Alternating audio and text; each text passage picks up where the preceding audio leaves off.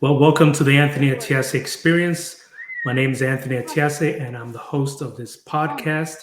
We've got Ryan Sanderson on the line, and he is the CEO and co-founder of Knowledge Perk. Uh, One location, of course, based in Rock Hill, and he has several other locations. So, Ryan, welcome to the show. I appreciate you being on here. Anthony, thank you, man. I'm excited to be here today. Thank you That's for cool. inviting me.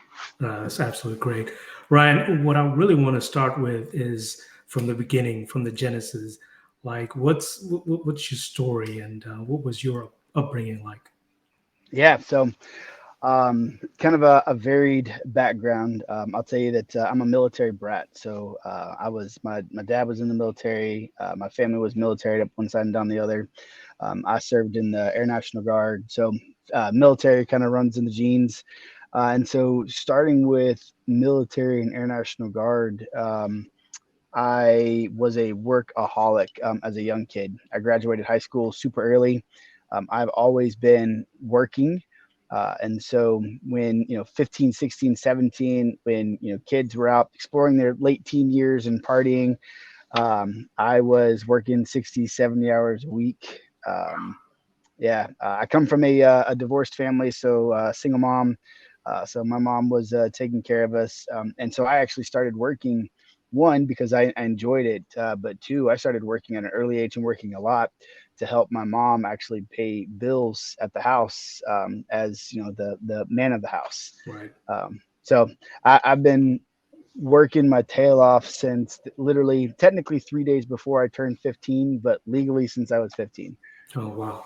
That's that's one of those stories that I think about, just the maturity at that age for you to start doing that versus being out there just partying and getting to know the world. So no, that's definitely a plus.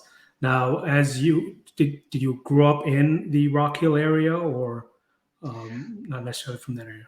I really call this home. So I'd say more than half of my life was in York County.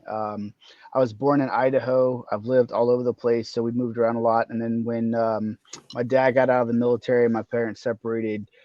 At the time, I lived in York, South Carolina. So I've been in York County a little while. My wife and I bought our first home in Fort Mill, South Carolina, at 20. And then when my just before my daughter was born, we sold the house in Fort Mill and moved to Rock Hill. So I call Rock Hill home, having been in this area and having been all over the place and lived a couple different places around this area. We chose Rock Hill specifically. So I do like to say I'm from here now, with if and when I can. No, I definitely understand that. I know Fort Mill was definitely different back then versus what it is Yes. now. Yeah, and that was another reason for us moving. It was getting crazy. It was getting traffic, and so understanding that we wanted to build a family. And I was, at the time when we first moved to Rock Hill, was trying to figure out what it is that I wanted to do. Rock Hill felt like the place to be, and so we live more so towards the York side. So I got a little bit of land, a little more in the country, not quite as built up as Fort Mill. Yeah, absolutely. So, tell us about. I know you started getting involved with startups. How did that come about? Yeah, so it kind of came about from my corporate life and me not liking it. Yeah, I imagine that. I was a general manager and a project manager for Starbucks when I was 20. And so my early 20s was really kind of climbing a corporate ladder and with Starbucks and Harris Teeter. And by the time I was getting ready to leave Harris Teeter, I hated it. Not just the company. I really didn't like working for Harris Teeter, Yeah, but I also just didn't like the corporate structure. And I didn't really know what it is that I did like, and I didn't know what I wanted. I just knew that kind of corporate lifestyle wasn't enough for me, no matter how quickly I climbed the ladder. And I'll tell you, and for me, this was probably one of the most pivotal moments in my entire life, was this accidental applying for a company called Spiffy. It's a mobile car wash and detailing company. If you look them up now, they've raised 50, $60 million in funding. They're national. I mean, just crazy, crazy growth story. Um, and that was working for my first startup. And so at the time, I was looking for a job to escape where I was currently, and I didn't know what that was. I had this idea that maybe startups and new companies, tech companies, things that I thought were going to be more fast paced and, I'll use the word sexy. That's where I thought I wanted to end up. And I found this company by accident. There's a whole long story that I won't get into here of how I applied. And once I found out more about them, like gave them no alternative but to hire me. And that was my first foray into startups. And from the second that I started working there in this brand new, super chaotic company, almost, I don't want to say like a Wolf of Wall Street kind of thing because Right. it wasn't like that chaotic, but this idea that, we were burning money literally faster than we could even conceivably bring it on board, and the chaos and the strategy behind that. Anthony, when I say I fell in love, like, I mean, it's like getting married all over again. Like it was, I was like, all right, this world of startups, this is where I belong. And I haven't been able to look back since. So it's interesting you talked about that pivot. I think about Harris Teeter, Starbucks. I mean, they're companies that have they are companies that have been here for years. Yes. So what kind of mindset do you have to leave what some people would call comfortable, stable companies to a startup where it's an unknown? Like, how do you even do that? Um, so I tell people there's a couple things that I think of. One, you've got to have the kind of this mental fortitude where you are prepared to jump. And a lot of people are terrified to jump. And whether it's into from corporate to entrepreneurship, vice versa, new decision, a lot of people get frozen by fear. And I'll tell you, there's a couple of things that I'm scared of. My daughter, for one, but that's a whole other story. But I'm terrified of heights. Yeah. And I have this thing in my own life where because I'm afraid of that, I don't want it to conquer me. And so like I go to Carowinds almost every year, and even at Carowinds, I'm terrified of drop zone. So at least one time a year, I go ride drop zone. And I scream like a little girl the second I get to the top. And then I'm immediately amazed and proud of myself the second we get to the bottom because I did it. And I know that seems like such a little thing maybe to some people because, I've done it but once, so I should be okay. But for me, it's this mindset that I cannot let fear paralyze what I'm doing. I have to be willing to jump. And the other thing is that I have to be okay with failure. As an entrepreneur, when I am mentoring other young entrepreneurs, like young into the world, I tell them there's something called NFP, and I call it the necessary fail period. There is a time as an entrepreneur where it is absolutely crucial for you to fail, to feel what it's like to not be successful, to fall, and to have to make the choice to get back up and do it again, or to escape from that reality and go do something else. And so that mindset of being okay with that necessary fail period, and being okay with facing fears and being willing to jump, that is the mindset that not only do you have to leave that structure, and I don't even call it corporate structure, whatever your comfortable place is, you've got to have those kind of mentalities. And for me as an entrepreneur in what I do on a daily basis, it's not enough to have had that the first time, but I Mhm. almost have to have that over and over again, day after day, week after week. I'm facing that same immobilizing fear, and the potential to fail almost every day. And so that's kind of the mindset that I think somebody has to have, is you've got to be willing and okay to get past those concepts. Wow. So what's interesting actually is I am scared of heights as well, terrified. And growing up, I wanted to be a pilot. Then I realized I was scared of heights. I was like, Yeah, okay, that's not going to happen. right. And I think one of the things that you just mentioned about that fear paralyzing and almost controlling you, there are certain things that I want to do, but because of that fear, for example, my son loves roller coaster rides. I don't get on them because I'm scared of heights. But Yep, what am I missing out that we that's could right. have an opportunity to get on that together? So the fact that you mentioned you go in the drop zone once a year, that's amazing. You Every know, year, every that's year. amazing. That's absolutely Well, amazing. And it's that mentality that's changed kind of how I've thought about stuff, because like right now, even though I'm afraid of heights, I've always loved and been fascinated by airplanes. And so I mean, I joined the Air National Guard. I was in the Air Force. My grandfather was a pilot, and so right now I'm going through and I'm getting my private pilot's license. Um, and I don't know if it was necessarily before entrepreneurship, but there was a time where I definitely would have questioned if that was something that was within my capability to do, because I'm afraid of heights. And there's some subjectiveness around that. I mean, it's different being on a plane versus, standing on a fixed structure looking over a ledge, right? Like you respond to it Mhm. differently. But regardless, that wasn't something that I felt should be limiting for me. And so if I'm able to face my fears in all of these other ways and places, heights is just one more of those things that I am in control of, regardless of fear.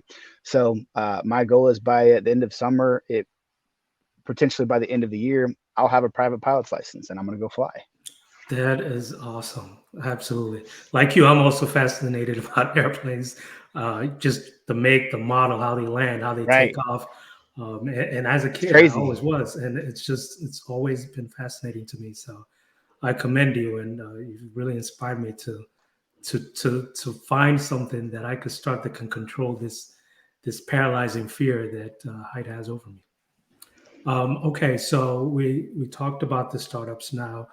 Where did it come to you that okay, I can start my own business? Was it having that startup spirit in you that kind of moved you towards Knowledge Perk? Where did all that come from?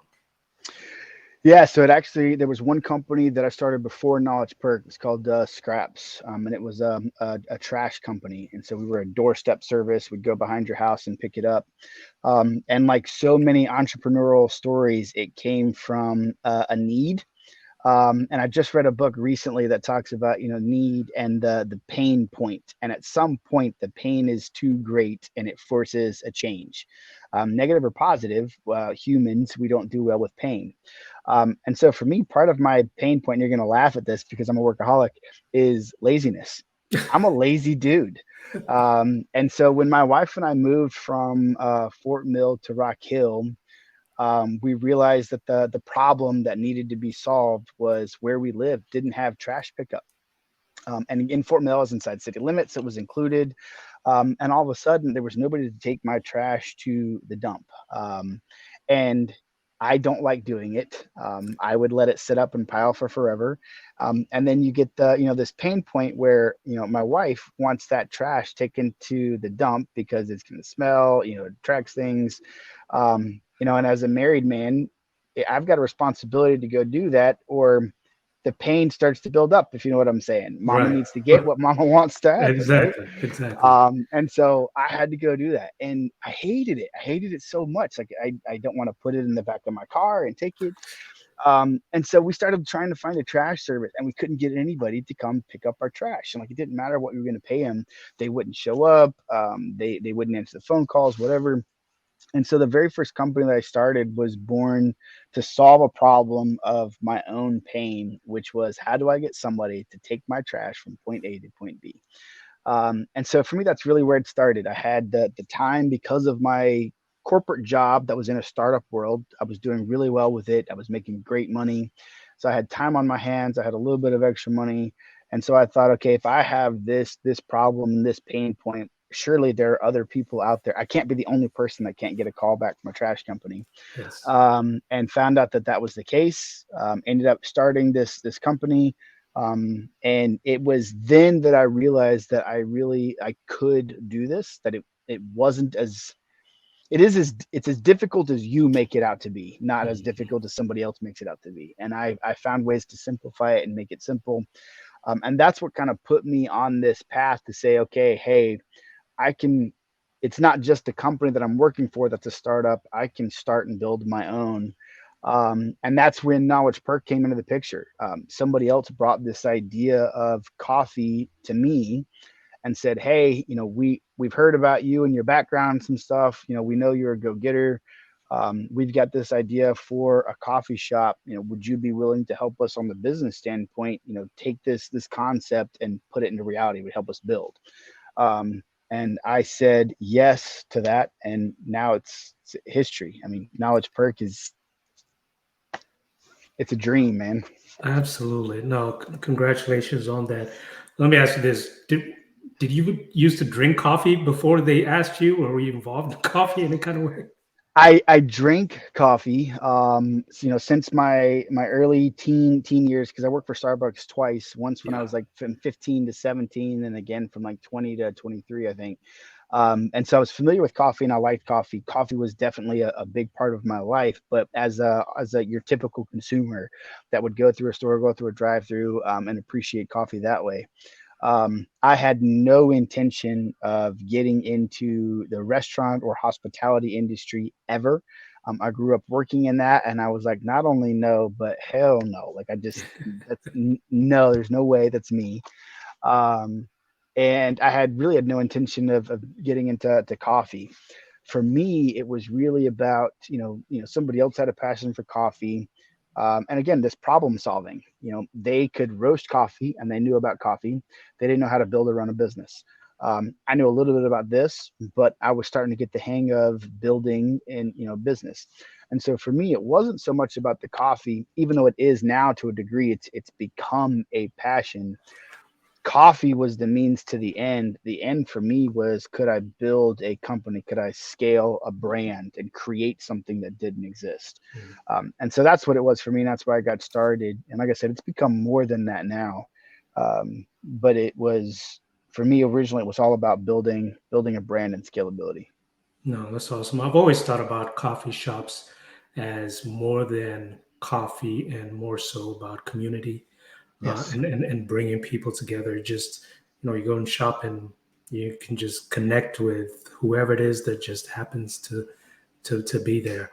So now, once you agreed to decide about Knowledge Perk, what was next in regards to getting the first location? What did you guys do? So wild stuff, man. And I was actually talking to somebody today, and just thinking back in gratitude and how far we've come, and some things that have even come full circle. You, we had no money. In some ways, I still don't actually have any money. I got equity in a lot of stuff, but Right, it hasn't turned liquid into anything. So, as my right. wife likes to remind me occasionally, and so we didn't have any money. So we had to go find investors. We had to build our plan, and we had to get really creative and really think outside the box. We wanted to start a coffee shop. We had no money. We had no roaster. We had really no plan, and we had no space. Like, where were we going to do this? And so that's where the ingenuity and the creativity, which is the piece that I love, the freedom that comes with a startup. There are no rules. There is no box other than what you place around yourself. And so we found some investors that gave us some money to get started. We worked out a deal with a landlord where our first space, we got rent free for 2 years. I mean, I know who gets their lease for no lease for 2 years. Wow. And we did. And so we found like just really creative ways to sell our story and what we wanted to do. Um, and then that same landlord that gave us, rent free for 2 years turned out to be another investor who's reinvested in us 3 times. Wow. Um, we actually, this is a true story, and it's come full circle this week. So I got to tell you, because it's crazy. We bumped into, I mean, I literally physically bumped into a guy on the streets in Seattle, Washington, and saw a tag because he was there for the same coffee expo that I was at. This was in, I think, 2017. And we saw on his tag that it said Jamaica Blue Mountain Coffee. I don't know if you're familiar with Jamaica Blue Mountain No, Coffee, no. Okay. but it is very well known in a specific circle inside specialty coffee. It is a world renowned brand. It sells for like $100 a pound. It's just like a Wow. really nice, yeah, really nice coffee. And so we bumped into this guy. Said, "Oh, he's going to the same place as us, Jamaica Blue Mountain." Like, instantly recognized that name. Struck up a conversation with him. Um, he ended up taking me out to dinner that night, as we were at the expo. Introduced me to a senator from Jamaica, like this crazy thing, and found out that we were trying to build this concept and this brand, and we didn't even have a roaster. So it turns out his niece lives in Rock Hill, South Carolina. I mean, bumped this dude on the street in Seattle, Washington. His niece lives in Rock Hill, South Carolina. He's got a roastery in Atlanta, Georgia. And so he invited us to come start roasting at his place. So we would actually, after this, we met him, we would drive to Atlanta, Georgia, roast in his facility after he closed down, drive the roasted coffee back to Rock Hill, South Carolina, package it, and then we were selling it literally on the streets at farmers markets because we didn't have place to a place to sell it. So we started with that, and that's kind of how things started going. Is just again really outside the box, creative. It comes full circle because now I've been in contact with this same gentleman for a couple years, and there is an opportunity to for my company, Knowledge Perk, to potentially acquire his company and Jamaica Blue Mountain, and kind of this full circle, which for me is would just be a mind blowing, not just accomplishment, but just amazing story of the guy who truly gave us our first start and let us come roast in his place for free with one of the coolest, most recognizable coffee brands in the world.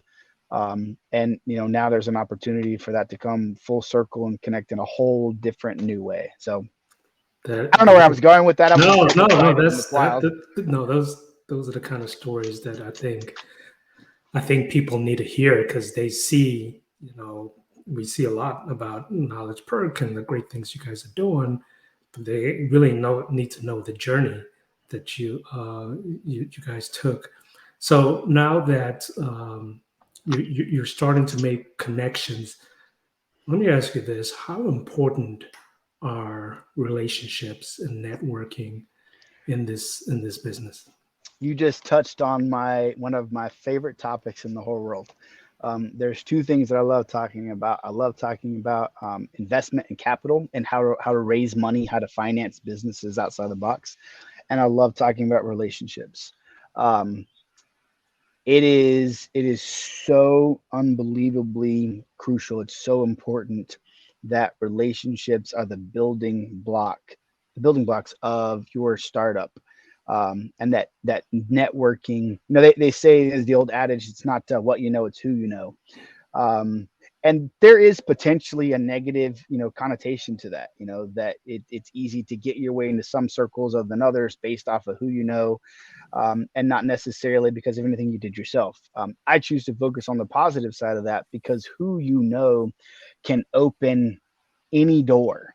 And it can do things and open doors that money can't, that your own name can't, that your hard work and ingenuity are never going to open that door. Somebody has to open it from the inside for you.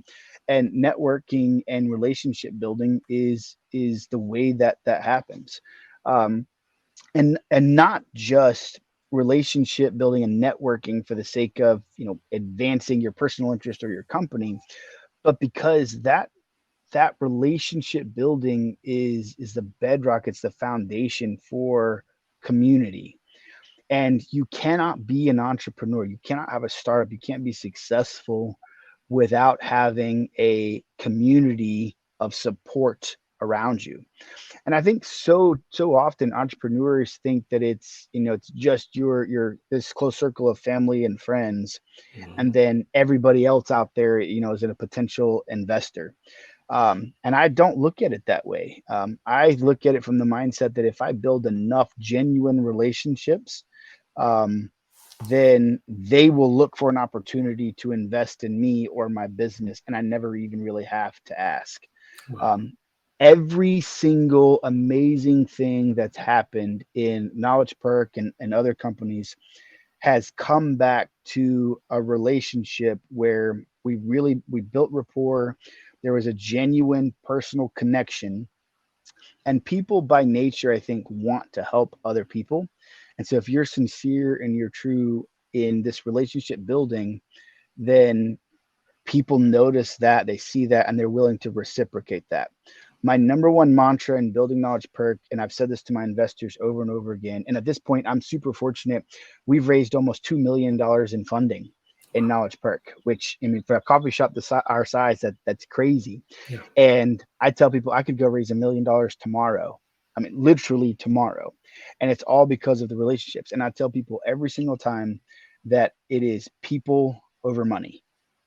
Mhm. And with that mentality, because we try to do that, that's in our core values, it's in our mission, it's in how we operate, that I think rings true, and people want to give us their money Mhm. before I even have to ask, because they know at the end of the day, the decision that's going to be made is going to be made regarding people over money. It is so crucial to the success of an entrepreneur. Wow, I love that. People over money. It seems like your investors really invest in you.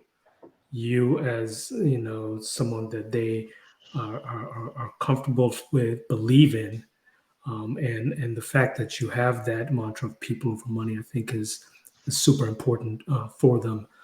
I've been to Knowledge Perk a few times. I think it's just this atmosphere where you come in and you feel like you just are able to connect with people, and it's got a really cool vibe with it. Did you have in your mind what you wanted that coffee shop to look like? Um, in some ways, yes. In other ways, it's been an ever growing kind of evolution on its own.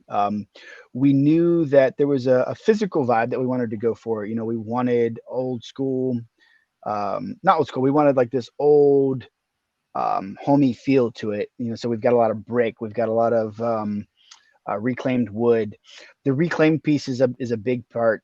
With the exception of one store, all of my locations have a significant amount of history in the physical location. And this idea of making something cool and new out of something old, and telling that story is Mhm. something that's super important. So telling the story about the space.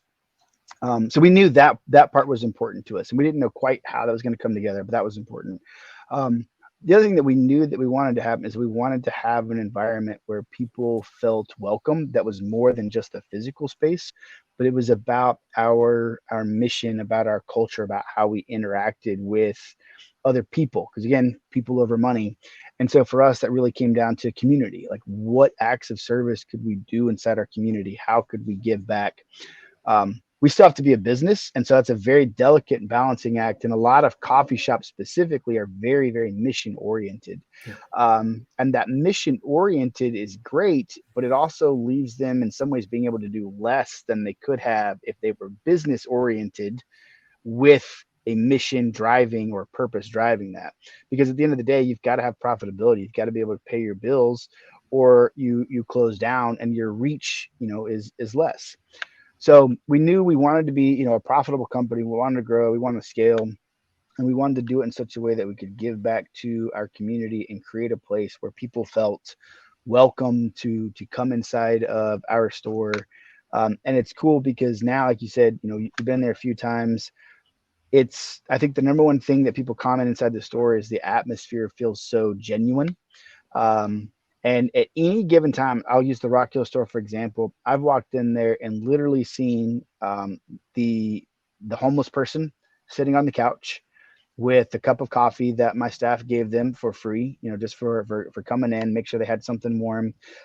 We've warmed up food, given away food. I mean, we have a lot of displaced people in our area, so you can look over and literally see a homeless person sitting on the couch, and then see the mom group that's working. There'll be a Bible study inside the lab, college students working over here, and then in the back there'll be congressmen and senators having meetings with the business people in the community. Wow. That eclectic and just super diverse group of individuals is an everyday occurrence at our stores. um, and I'm grateful that we intended to do that, and then we were lucky enough and fortunate enough that it happened. Wow. That's definitely a diverse group of It's individuals. And it's wild, and you could see that at any given time in the store. Almost always there's truly that broad of a group of people inside the space, especially our Rock Hill store. wow. So you opened up, I'm assuming the first location, Rock Hill, right? Yes, the Okay. first location was 400 square feet, and we could have maybe 10 customers at a time inside the space. It was a closet. Oh wow. So this location you have now, that wasn't the first No, location. no, that's the second location. The first location was actually right beside that one. So if you know where that space is, Yeah. then as you're looking at the door to walk in, directly to the right is the bleachery and the salon. Yeah. We actually started in that little salon, and we had the roaster in there and everything. And that was the space that we got for free for 2 years. Oh, Um, wow. so we started in 400 square feet, and we were told the building was going to be demolished in 2 years and it was going to be parking. And if you saw before pictures of the space, I mean, it was literally falling down. Nobody in their right mind thought it was a place to do anything. In fact, there's a very prominent developer in town who told me there's no way in the world retail of any kind will ever work on this spot ever. It's not possible. And so we convinced our investor to let us have the small space for 2 years for free, and then proceeded to help bring in other businesses, starting with Dust Off and then the Middle Bay. And then we kept begging for the final bay, which is the spot that you've seen that we're in now. And the landlord was like, nope, there's no way in the world a coffee shop needs 4,500 square feet. He tried to give it to other people. He tried to split the space and was like, okay, you guys take 2,000 square feet and, we'll subdivide the space. And I was like, nope, we want the whole space or nothing. Like, give me the whole thing. And so finally, after just over a year of working on him, he gave us the whole thing. And now, I mean, it's impossible to find a seat, on Monday morning. So that was actually the first place, and it started from 400 square feet in June of 2018, and then we opened the 4,500 square foot flagship location in October of 2019, Wow. 5 months before COVID. So, Ryan, where did you get this belief in yourself? Like, I mean, and you think about what you talked about, making that leap from corporate to the startup and your journey till when you opened up the coffee shop and saying you wanted that 4,500 instead of the 2,000. Like, where did you get this fundamental belief in yourself?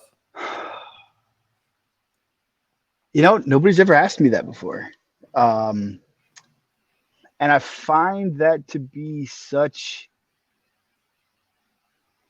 an odd and really cool question, because um, one of the things I struggle with, and I've had lots of mentors and coaches. And by the way, I always recommend for an entrepreneur to have a coach, personal coach, life coach, whatever. Um, and one of the things that I struggle with so often is imposter syndrome. Mm, Um, I really, it's crazy because I have this like, not succeeding is not an option. Like, I'm going to go after it, and yet the fear of taking that first step is prevalent with every single decision. Um, and the second guessing, I think, really of, okay, was that the right decision? Did I do the right thing? Was that the way to go? That second guessing is kind of always in the back of my mind, and maybe that's what's pushing me to make sure that the decision was the right one, or to pivot and recover if it was the wrong one. Um, so I don't know that I have a great answer to your question, because I'm always second guessing and wondering, you know, was that the right decision, and was I the right person to do that? mm. Should somebody else could somebody else have done this better than me? Um, and I never know what that answer is. I just know that once I've made up my mind and once I decide it's going to go, I'm going to give it 1,000% or die trying. So No, absolutely. I No, don't know. that's great. That's definitely something that I think it's important for people to have that. And it's hard to explain, but that feeling them where they trust decisions that they make, Yeah. and it just seems like you across the board continue to show that. So you open up this first location, spreading out and expanding. Of course, that's another pivot. Like, Yeah. was the mindset okay? We'll start with the one and maybe go to two, three, four. Like, what was the thought process there? So I think this is something that surprises people sometimes, but my mindset has been for an exit since day one. Um, and it's also what drives how we do things and why we're so aggressive in some way.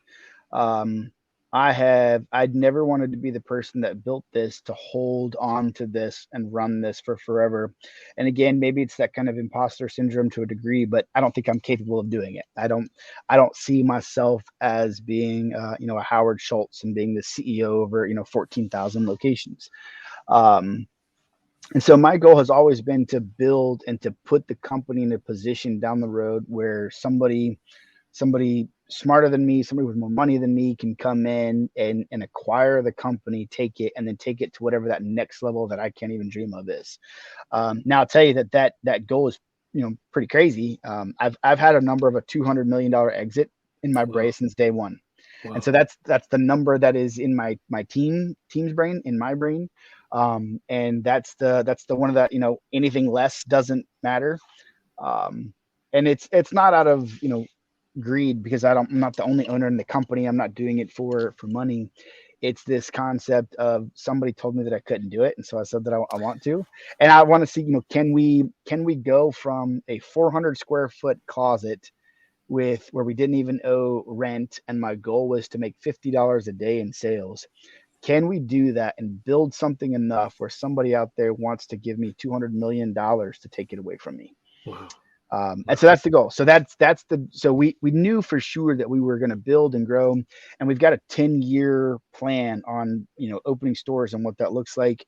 The monkey wrench in the whole thing was COVID, Hmm. because like I said, we opened that location in October of 2019, and by middle of March 2020, we had let go of every person in the company except the owners.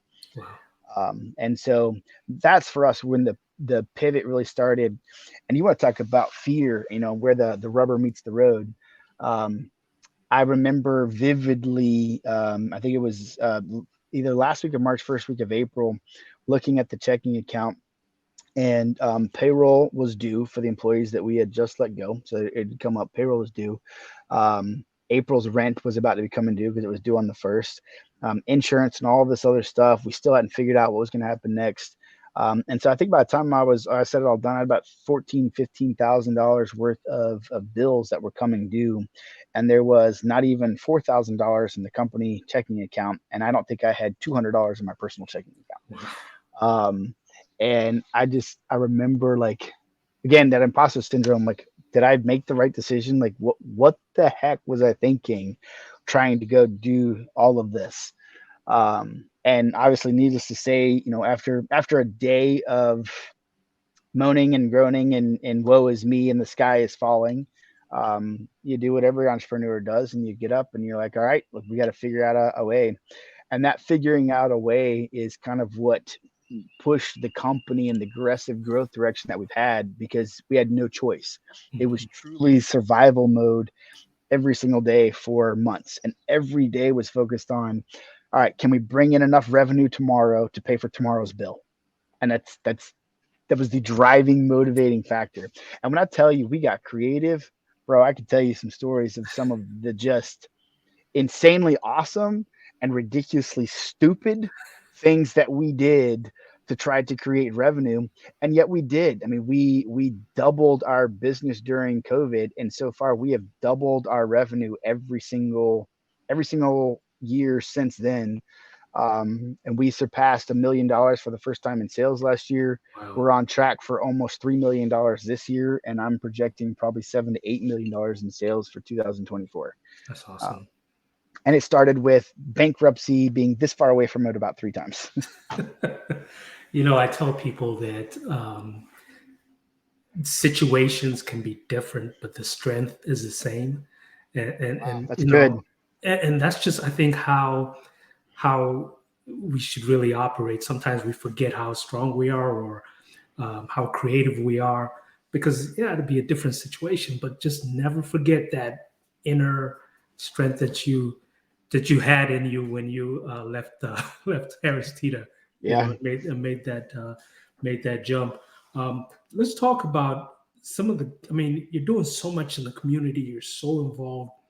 How important is that to you? One, and then two. What are some of the things that you're really doing and passionate about in the community?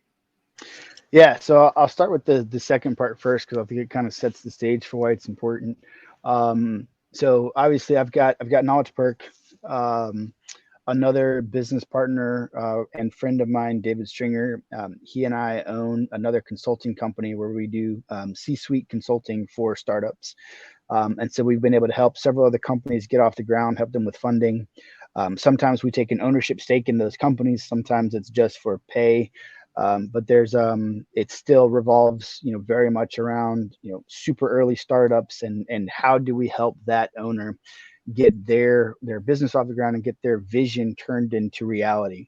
Lots of people are great innovators, but that doesn't make them, they're visionaries, but that doesn't, they don't have the structure on how to take that vision and turn it into a business and build a company.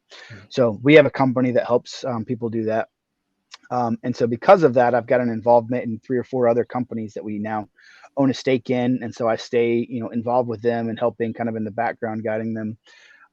We also started something called the Gravity Center. And so the Gravity Center is a one-stop shop for entrepreneurship in York County. We have a partnership with the city of Rock Hill and a bunch of other places. And again, that's geared towards how can we take all of the tools and resources that are in our area, in our county, and in our state that are very siloed and disconnected.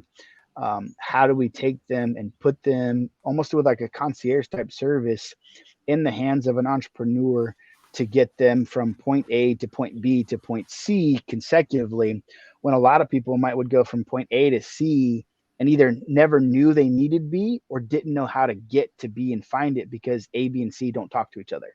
Wow. And so we created this entity, and there's 10 of us that own that. I'm one of the owners, and we did that to help people through this journey of entrepreneurship and startups. So I've got a couple different ventures and things that I'm involved in, like that I'm an owner of, and so that goes to the first part of your question. Why am I doing that? Why am I so passionate about entrepreneurship and startups? And there's a couple reasons.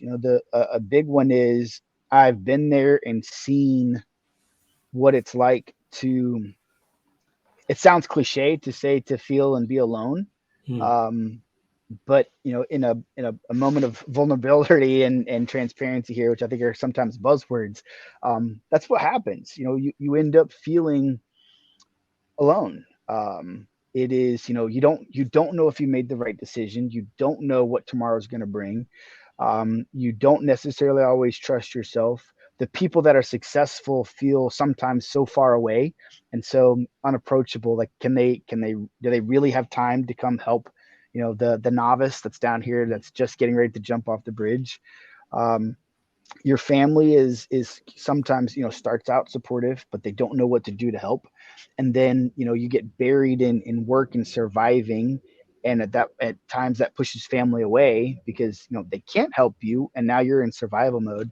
So there's just so many things that come into play, and I think a driving force behind the reason I'm involved specifically with so many entrepreneurs and so many startups, and trying to help people is, um, I don't want them to feel like they're alone. I'd Mm. love for them to know that there is a support group around there that can help them. And I'd love for them to know that it is something that they can do. I don't have a college degree. I don't come from a super successful, well to do family. Nobody in my family has started or owned a business. Nobody was an entrepreneur. I spent the last 10 years of my childhood growing up in a single wide trailer with me and my brother and sister, sharing the Mm. same room. And if in my opinion, if I can do it, if I can figure out ways to overcome my fear and jump off the bridge and keep pushing forward, then anybody can do it. And if I can help them do it faster and easier and better than me, then hopefully they'll help the next person do the same thing. And there's such a freedom that comes with, um, I don't want to say being self reliant or self sufficient, because in every day I rely on so many people to help carry out this vision that it ultimately hopefully makes me successful. So it's not even that so much as so many people are a part of this entrepreneurial ecosystem, and the faster the new entrepreneurs and startups can be a part of it and plug themselves into it and realize that it's okay to lean on other people's and ask for support, then the better that makes everybody and the better community, I have and my kids to grow up in. I don't know if that makes sense, No, but like absolutely, there's it does. It really, really does. And I mean, uh, that's the thing. People want to be able to connect with somebody and say, if that person could do it, I could do it as well, because they want to know the story, which I think is super important for people to really try to understand where someone came from and where they are now. yeah, So something you mentioned, which I think is key and super important, you had a vision, and I think sometimes it's challenging for people to think ahead a year, 2 years, like about that vision. So without that vision, it's hard for them to even get on that path. yep. Um, what would you say? Well, maybe some of the tools, or how were you able to say, okay, this is the vision, and this is how I'm gonna get there? Because it could be hard to get that vision in your head. It's very hard, and I think a lot of times it's because people don't know how important the end is. Mm, There's so many books and resources, and there's so much talking about, just do it, just start. right. And I even not tell people, just jump. Like, I mean, at some point you've got to look at the cliff, you got to look at the bridge, and whether you've got a parachute or not, you've got to jump. And so I think people get lost sometimes in this idea that it's only the beginning that counts, and it's, oh, if you'll just jump in, then you can swim. Well, the reality is you could jump in and still sink. Yes. Um, and so I think it is as important as it is to understand that the beginning is a jumping off place. You've got to start with the end in mind, and you've got to know what is it that you want. And you'll hear, frequently the question, what is your why?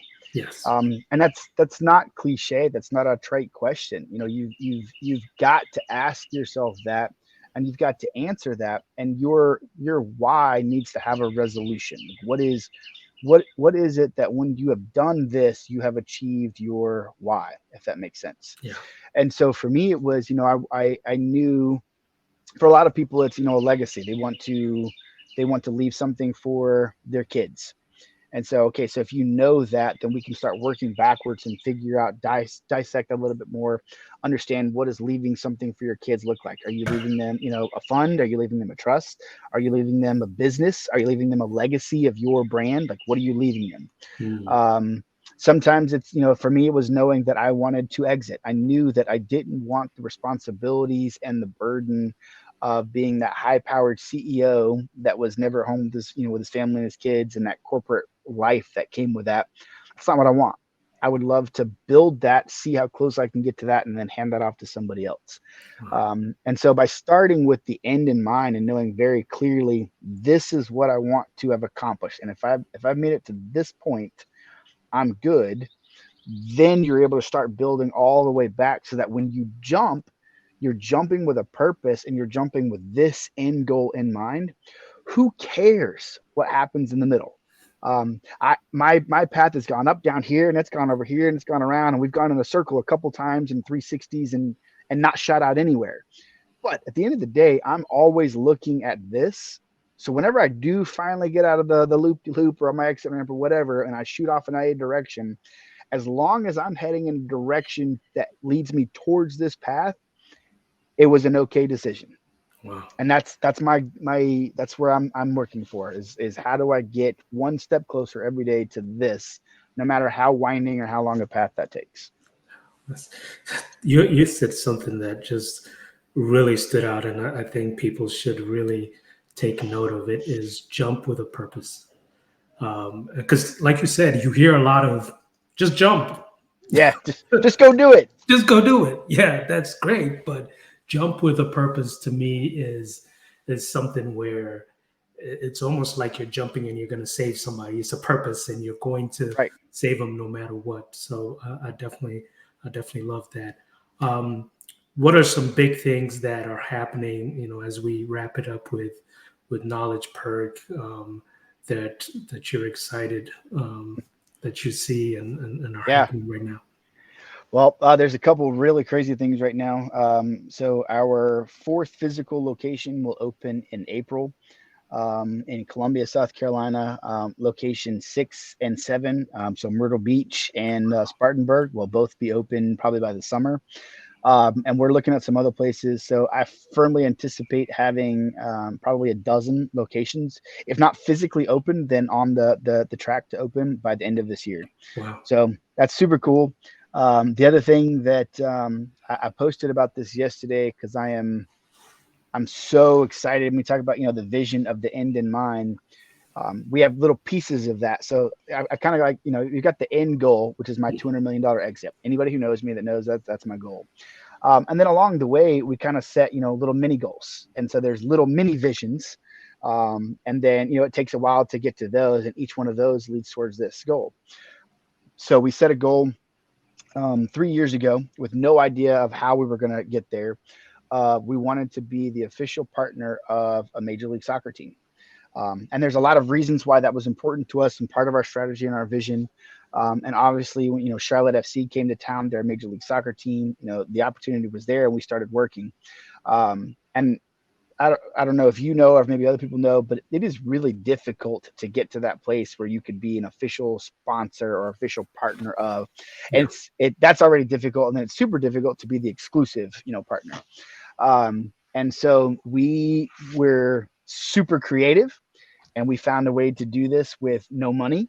And so we did not pay for this, which is even crazier. And this weekend, we announced to the public and to the entire soccer and Major League Soccer community that Knowledge Perk is an official partner of Charlotte Wow. FC. Um, Congratulations. Wow. yeah, Wow. so that hit this weekend, and it was super cool. Charlotte FC made their official announcement on Twitter, on Instagram, and then it hit their email blast that hey, we've partnered. Knowledge Perk is an official partner. And my partner and I were looking at the website, and we were watching like this live thing on the website, and all of a sudden, so it's white, covering the U.S., and then all of a sudden, little blue dots just start popping up, and it's like watching like a zombie map or something, the infected places across the country, and I'm just watching these places where people are going and they're visiting our website, and traffic is hitting, and they're ordering and they're buying, Oh my. and it was super cool, and it was such a proud moment for the team that this what was a couple years ago, this one shop location that had no business being at the level of NFL or Major League Soccer or PGA, any of these things, and now we've got affiliations with all of them. We're going to be the coffee for the Wells Fargo Championship for the third year in a row, and Wow. this year we'll be at an official partnership level also. So Wow. crazy stuff, and to have that culminate this weekend into seeing um, the Charlotte FC logo on a Knowledge Perk bag, and customers could walk up and pick up a branded bag of coffee from their favorite Major League Soccer team was Oh yeah. Yeah. it's cool, man. It's Man, cool. that's you've got an amazing story, and that's why I needed to have you on here because it's one of those things that, again, just looking at your story, and really for me, the goal of this podcast, Ryan, is the testimony and the breakthrough.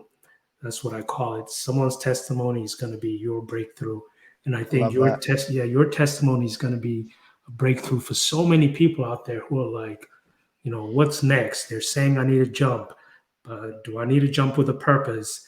And just all these little things that you do that I think will, even if it's one person out there that listens and says, okay, I can do it, because they can affect other Yep. people's lives the same way you've affected the community. So I'm excited for you. This is super, super exciting. I remember we met at a Top Golf event, and Yep. we just connected.